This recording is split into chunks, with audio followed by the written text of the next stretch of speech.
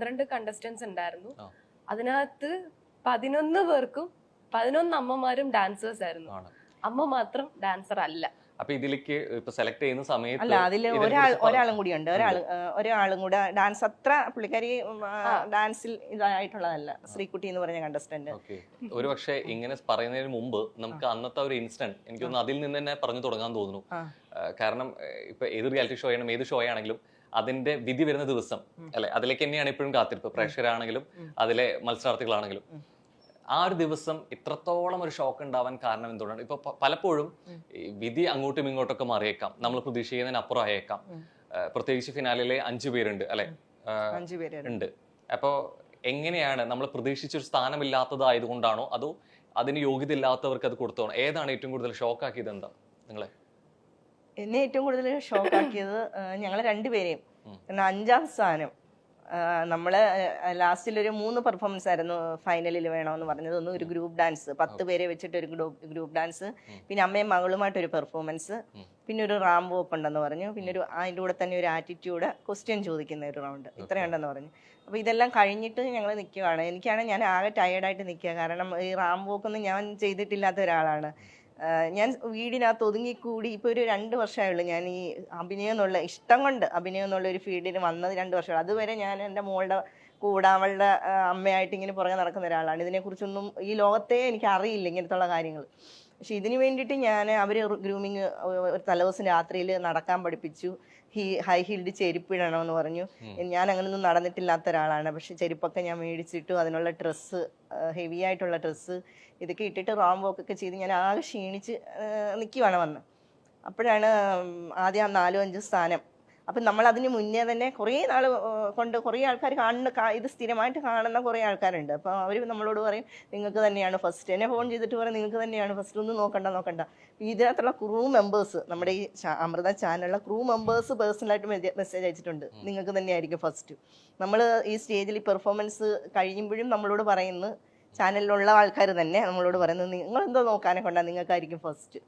അങ്ങനെയുള്ള ഒരു പ്രതീക്ഷയിൽ നിൽക്കുക. ഈ പ്രേക്ഷകരെ അഭിപ്രായങ്ങൾ അറിയിക്കാറുണ്ട്, ഇപ്പൊ മെസ്സേജിലൂടെ കോളിലൂടെ ആണെങ്കിലും. ഈ പ്രേക്ഷകർ പറഞ്ഞ അഭിപ്രായത്തിലാണോ ഈ പ്രതീക്ഷ വന്നതോ നിങ്ങൾക്ക് നമ്മള് ഓരോ പെർഫോമൻസിനും നമ്മൾ അതുപോലെ എഫേർട്ട് ഇട്ടു, നല്ല കമന്റ്സ് പറയുന്നുണ്ട്, എല്ലാം ഉണ്ട്. ഈ ഗ്രാൻഡ് ഫിനാലയിലെ 3 പെർഫോമൻസ് ചെയ്തു. അപ്പൊ നമുക്ക് സ്വന്തമായിട്ടൊരു ജഡ്ജ്മെന്റ് ഉണ്ടാവുമല്ലോ. അപ്പൊ നമ്മളുടെ വിശ്വാസം ഓക്കെ, ഇത് നല്ലതായിരുന്നു, നല്ല പെർഫോമൻസ് ആയിരുന്നു.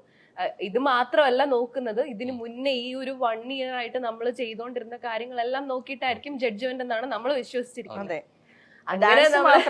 ഡാൻസ് അപ്പൊ ഞാൻ എപ്പോഴും എല്ലാ പ്രാവശ്യവും ഡാൻസ് മാത്രമാണ് കൂടുതലും. ഒരു 3/4% ഡാൻസിനാണ് കൂടുതൽ ഇമ്പോർട്ടൻസ് കൊടുത്തത്.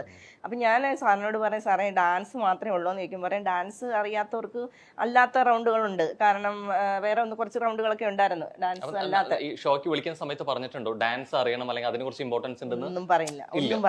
സൂപ്പർ അമ്മയും മകളും, അവരുടെ ബോണ്ടിങ്, അതുപോലെ സൈക്കോളജി റൗണ്ട്. എന്നോട് പറഞ്ഞു സൈക്കോളജി, മോൾക്ക് ഒരു സൈക്കോളജി റൗണ്ട് ഉണ്ടാകും, ഡോക്ടർ കാണും, അങ്ങനെയൊക്കെയാണ് എന്നോട് പറഞ്ഞത്. പക്ഷെ അവിടെ സൈക്കോളജി റൗണ്ട് നടന്നിട്ടില്ല, ഡോക്ടറിന്റെ റൗണ്ട് നടന്നിട്ടില്ല. അപ്പൊ ഞങ്ങള് പിന്നെ എന്താ ഈ 3 റൗണ്ട്സിൽ ഒരെണ്ണം നമുക്ക് എന്ത് വേണമെങ്കിലും ചെയ്യാമെന്നായിരുന്നു പറഞ്ഞത്, ഒരു സിഗ്നേച്ചർ റൗണ്ട് പോലെ. അപ്പൊ ബാക്കിയുള്ള 4 കണ്ടസ്റ്റൻസും ഡാൻസ് ചെയ്തപ്പോ നമ്മൾ അതിനകത്തുനിന്ന് വെറൈറ്റി ആയിട്ട് സോപാന സംഗീതം അതിന്റെ കൂടെ. അത് 2 ആഴ്ച കൊണ്ട് അവള് പഠിച്ചിട്ടില്ല, സോപാന സംഗീതം പഠിച്ചിട്ടില്ല. നമ്മളുടെ അടുത്ത് തന്നെയുള്ള ഒരു ആശാനോട് ചോദിച്ചപ്പോൾ അവളോട് നോക്കട്ടെന്ന് പറഞ്ഞു. അവള് പെട്ടെന്ന് തന്നെ അത് പഠിച്ചെടുക്കുന്നതുകൊണ്ട് വേഗം തന്നെ പഠിച്ചു. 2 ആഴ്ച കൊണ്ട് ആ സോപാന സംഗീതത്തിന്റെ ആ കൊട്ട് പഠിക്കണമെങ്കിൽ കുറേ മാസങ്ങൾ പിടിക്കല്ലോ, 1 വർഷമൊക്കെ പിടിക്കും. പക്ഷെ 2 ആഴ്ച കൊണ്ട് അവളത് പഠിച്ചിട്ട് ഞാനും അവളും കൂടെ ബാത്റൂമിൽ പോലും പാടാത്ത ആളാണ് ഞാൻ. എന്നിട്ട് ഞാൻ ഇതിനു വേണ്ടി കഷ്ടപ്പെട്ട് അത് പഠിച്ച് അതിന്റെ പാട്ടും പഠിച്ച് അതിന്റെ കൂടെ തന്നെ ഞങ്ങളൊരു സ്കിറ്റ്. ബാക്കിയുള്ള 4 കണ്ടസ്റ്റൻസിൽ നിന്നും വെറൈറ്റി പെർഫോമൻസ് നമ്മൾ ചെയ്തു എന്നായിരുന്നു നമ്മുടെ വിശ്വാസം. കണ്ടിരുന്ന നമ്മള് ചെയ്ത് കഴിഞ്ഞിട്ട് പുറത്തിറങ്ങിയപ്പോഴും നേരത്തെ ഉണ്ടായിരുന്ന കണ്ടസ്റ്റൻസ് ഒക്കെ അവിടെ ഉണ്ടായിരുന്നു. അവര് പറഞ്ഞു നിങ്ങൾ സൂപ്പർ ആയിരുന്നു. ബാക്കിയുള്ള അവര് പറയാ, ഞാൻ ഇറങ്ങി ചെന്നപ്പോ ഒരാളുടെ കണ്ണിൽ കൂടെ കണ്ണുനീര് വരുന്നുണ്ട്. അപ്പൊ എന്നോട് പറഞ്ഞത് ഇതെന്റെ കരഞ്ഞ് എന്ന് വെച്ചാൽ ചിരിച്ചിരിച്ച് കരഞ്ഞിട്ട് കണ്ണുനീര് വന്നത് മാറുന്നില്ല എന്ന് പറഞ്ഞിട്ട് അങ്ങനെ വരെ നമ്മളോട് പറഞ്ഞു. എല്ലാവരും പറഞ്ഞു നിങ്ങളുടെ വെറൈറ്റി പെർഫോമൻസ് ആയിരുന്നു, ബാക്കിയുള്ളവരുടെ ഡാൻസ് അല്ലേ, നിങ്ങൾ വെറൈറ്റി കൊണ്ടുവന്നു. അപ്പോഴും നമ്മൾ പ്രതീക്ഷയിലിരിക്കോ കുറെ കൂടെ പ്രതീക്ഷ കൂടി. പ്രതീക്ഷ കൂടി. കാരണം നമ്മൾ ഈ ഒരു ഇതെന്ന് പറഞ്ഞു കഴിഞ്ഞാൽ സൂപ്പർ അമ്മയും മകളും എന്നുള്ള ഒരു പ്രോഗ്രാമാണ്. അപ്പൊ അത് ലാസ്റ്റിൽ എല്ലാവരും ചെയ്തത് ഡാൻസാ. നമ്മൾ ഈ ഒരു വർഷം കിടന്ന് കഷ്ടപ്പെട്ട് ചെയ്തതും ഈ ഫൈനലി ചെയ്തതുമായിട്ട് ഒന്നും അല്ലാണ്ടായി പോയില്ലേ. കാരണം അവര് പറയുന്നത് ഫൈനലിലെ പെർഫോമൻസ് മാത്രമേ നോക്കിയുള്ളൂ, വാവ് ഫാക്ടർ മാത്രമേ നോക്കിയിട്ടുള്ളൂ. സാധാരണ രീതിയിൽ ഇപ്പോ ഫിനാലെ ഒന്നും നടക്കുന്നുണ്ടെങ്കിൽ പോലും അതുവരെയുള്ള പെർഫോമൻസ് എങ്ങനെയാണെന്നുള്ളതും അല്ലെങ്കിൽ അതിന്റെ അടിസ്ഥാനത്തിൽ കൂടി ആയിരിക്കുമല്ലോ ഒരു അങ്ങനെയല്ലേ വേണ്ടിയേ. കാരണം ആ ഫൈനൽ എന്നാ പിന്നെ ഫൈനൽ ആദ്യമേ കൊണ്ടുവച്ചാ പോരായിരുന്നു അല്ലേ? ഫൈനൽ ആദ്യമേ കൊണ്ടുവച്ചിട്ട് ഡാൻസ് കളിച്ചവർക്ക് പ്രൈസ് കൊടുത്തങ്ങ് വിട്ടാൽ പോരായിരുന്നു. ഈ ഒരു വർഷം ഞങ്ങളെയൊക്കെ ഇട്ടിട്ട് എനിക്ക് സങ്കടം എന്താണെന്നറിയാമോ, ഞങ്ങളെ കോമാളികളായിട്ടാണ് കണ്ടത്. വെറും കോമാളി. നമ്മൾ ഈ സർക്കസിനകത്തൊക്കെ ബഫൂൺസ് ഉണ്ടല്ലോ എന്ന് വെച്ചാൽ കോമാളികൾ. അവരെന്താണ് ചെയ്യുന്നത്? നമ്മളെ എന്റർടൈൻമെന്റ് ചെയ്യിപ്പിക്കുന്നു, ഇരിക്കുന്നവരെ അല്ല, പ്രത്യേകിച്ചൊന്നും അങ്ങനെ ചെയ്യുന്നില്ല. അവരെ നമ്മളെ ചിരിപ്പിക്കുന്നു. ശരിക്കും ഞങ്ങൾ അതായിരുന്നു. ഇപ്പൊ ഞങ്ങൾ 5ാം സ്ഥാനത്ത് നിന്ന് ഒഴിവാക്കിയപ്പോൾ എനിക്ക് കറക്റ്റ് മനസ്സിലായി ഞങ്ങളൊരു കോമാളികളായിരുന്നു. കാരണം സാസിക അത് പറയുന്നുണ്ട്, ഇവർ കോമഡി കാണിച്ച് എല്ലാവരെയും ചിരിപ്പിക്കുമായിരുന്നു. ഞങ്ങൾക്ക് ഞങ്ങളുടെ കയ്യിൽ നിന്നുള്ള കണ്ടന്റുകൾ അവർക്ക് വേണമായിരുന്നു, കോമാളിത്തരങ്ങൾ വേണമായിരുന്നു, എന്റെ സങ്കടം വേണമായിരുന്നു. ഞാൻ പെട്ടെന്ന് ഇമോഷണൽ ആകുന്ന ഒരാളാണ്, ഞാൻ കരയും, എനിക്ക് അവർ എന്തെങ്കിലും കാര്യമുണ്ട്, അതൊക്കെ അവരെടുത്തിട്ട് അവർ റീച്ച് കൂട്ടി. ഈ ഇപ്പോൾ അവിടെ വന്ന് ഫിനാലിന്റെ അന്ന് നിൽക്കുമ്പോൾ ഈ പറഞ്ഞ മാതിരി അൺപ്രഡിക്റ്റബിൾ ആണ് എന്ത് പറയാൻ പോകുന്നു എന്നുള്ളത്, ആര് വിന്നർ ആവുന്നു എന്നുള്ളത്. പല തീരുമാനങ്ങളും ഒക്കെ മാറ്റം വന്നേക്കാം. പക്ഷെ എന്നാൽ പോലും എന്താണ് വിധി എന്നുള്ളത് അതിനെ സ്വീകരിക്കുക, അതിനെ ഉൾക്കൊള്ളുക എന്നുള്ളൊരു സംഭവം മൈൻഡ് സെറ്റും കൂടി ആയിരിക്കും ഒരു പക്ഷെ അവിടെ ഉണ്ടാവുക. എന്നിട്ട് പോലും അല്ലെങ്കിൽ ഇത്ര വലിയൊരു റിയാലിറ്റി ഷോ ആയിട്ട് പോലും പെട്ടെന്നൊരു വിധി വന്നപ്പോൾ മറ്റൊന്നും ചിന്തിക്കാതെ ഇറങ്ങി പോവാൻ പ്രേരിപ്പിക്കുന്ന ഒരു ഘടകമായിരുന്നു. പെട്ടെന്ന് ഓൾ ഓഫ് സഡൻ ഒന്നും ചിന്തിക്കാതെ ഇറങ്ങി പോവാം, അതിനെ എതിർത്ത് നിൽക്കുക എന്നുള്ളത്. കാരണം അതിന് ശേഷം ഉണ്ടാവാൻ പോകുന്ന കാര്യങ്ങൾ, സ്റ്റേജിനെ കുറിച്ചോ ഫേസ് ചെയ്യേണ്ട കാര്യങ്ങളെ കുറിച്ചോ ഒന്നും ഓർക്കാതെ അങ്ങനെ ഒരു തീരുമാനത്തിലേക്ക് എത്തായിരുന്നു. അവിടാണ് ശരിക്കും പറഞ്ഞു കഴിഞ്ഞാൽ സൂപ്പർ അമ്മയും മകളും തമ്മിലുള്ള ഒരു ബോണ്ടിങ് എന്ന് പറയുന്നത്. ഞങ്ങൾ തമ്മിൽ അവിടെ സംസാരിച്ചില്ല, ജസ്റ്റ് ഒരു നോട്ടം. ആ നോട്ടത്തിൽ തന്നെ ഞങ്ങൾക്ക് രണ്ടുപേർക്കും കാര്യം മനസ്സിലായി. ചിലപ്പോ എനിക്ക് മേടിക്കണമെന്നുണ്ടായിരിക്കാം, അവൾക്ക് മേടിക്കണ്ടെന്നായിരിക്കാം, ചിലപ്പോ തിരിച്ചു ആകാം. അല്ലെങ്കിൽ അവള് വെളിയിൽ ഇറങ്ങിയിട്ട് എന്നോട് പറയാം അമ്മ എന്താ മേടിക്കാഞ്ഞത്, എനിക്ക് മേടിക്കണം. പക്ഷെ ഞങ്ങൾ രണ്ടുപേരും കൂടെ ഒരു നോട്ടം നോക്കിയതേ ഉള്ളൂ. അനൗൺസ് ചെയ്യുകയും ഞങ്ങൾ രണ്ടും ഷോക്ക് എന്ന് പറഞ്ഞാൽ അമ്മാതിരി ഷോക്കായിപ്പോയി.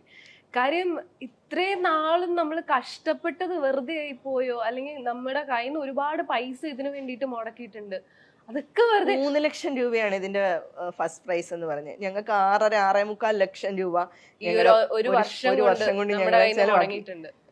അപ്പൊ ഈ ഇത്രയും രൂപ 3 ലക്ഷത്തിന് വേണ്ടിയിട്ട് ഒരു 6.5 ലക്ഷം ചിലപ്പോ എനിക്കായിരിക്കും കുറവ്, മറ്റുള്ള അമ്മമാർക്ക് അതിലും കൂടുതലായിട്ടുണ്ടെങ്കിലേ ഉള്ളൂ.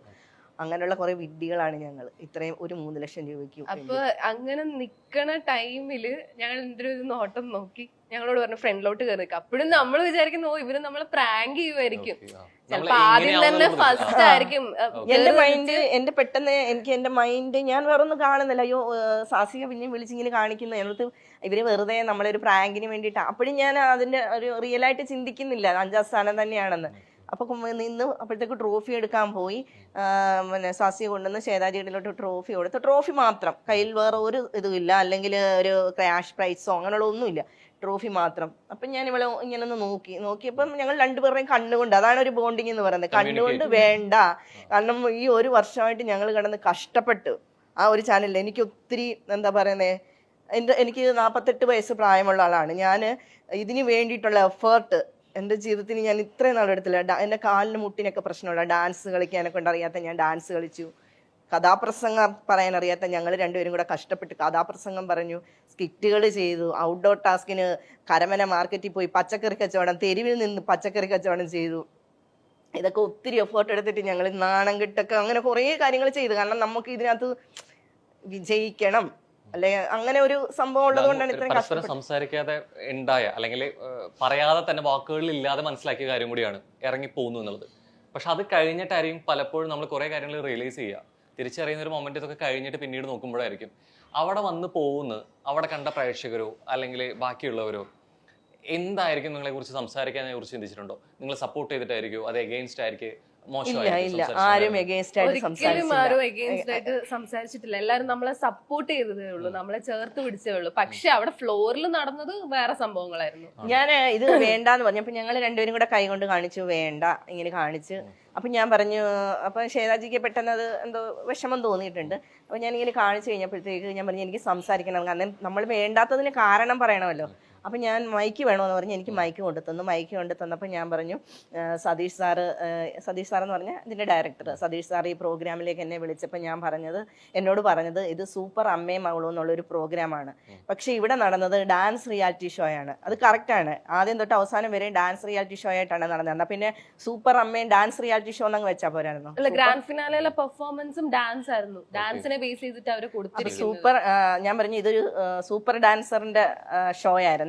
അപ്പൊ അതിനകത്ത് എനിക്ക് ഡാൻസ് അറിയാത്ത ഒരാളാണ്, ഞാൻ ഡാൻസ് അറിയാത്ത ഒരാള് ഈ ട്രോഫിക്ക് അർഹയല്ല, അതുകൊണ്ടാണ് ഞാനിത് മേടിക്കാത്തതിന്റെ കാരണം എന്ന് പറഞ്ഞിട്ടാണ് ഞാൻ അവിടെ നിന്ന് ഇറങ്ങിപ്പോയി. വേറെ അവരെ ചീത്ത വിളിച്ചിട്ടില്ല, ശ്വേതാജിയായി ഒന്നും പറഞ്ഞിട്ടില്ല, സ്വാസിയോടൊന്നും പറഞ്ഞിട്ടില്ല, ചാനലിനെതിരെ പറഞ്ഞിട്ടില്ല. എന്റെ നിലപാട് പറഞ്ഞു, ഞാൻ മേടിക്കാത്തതിന്റെ കാരണം അത് ഞാൻ പറഞ്ഞു.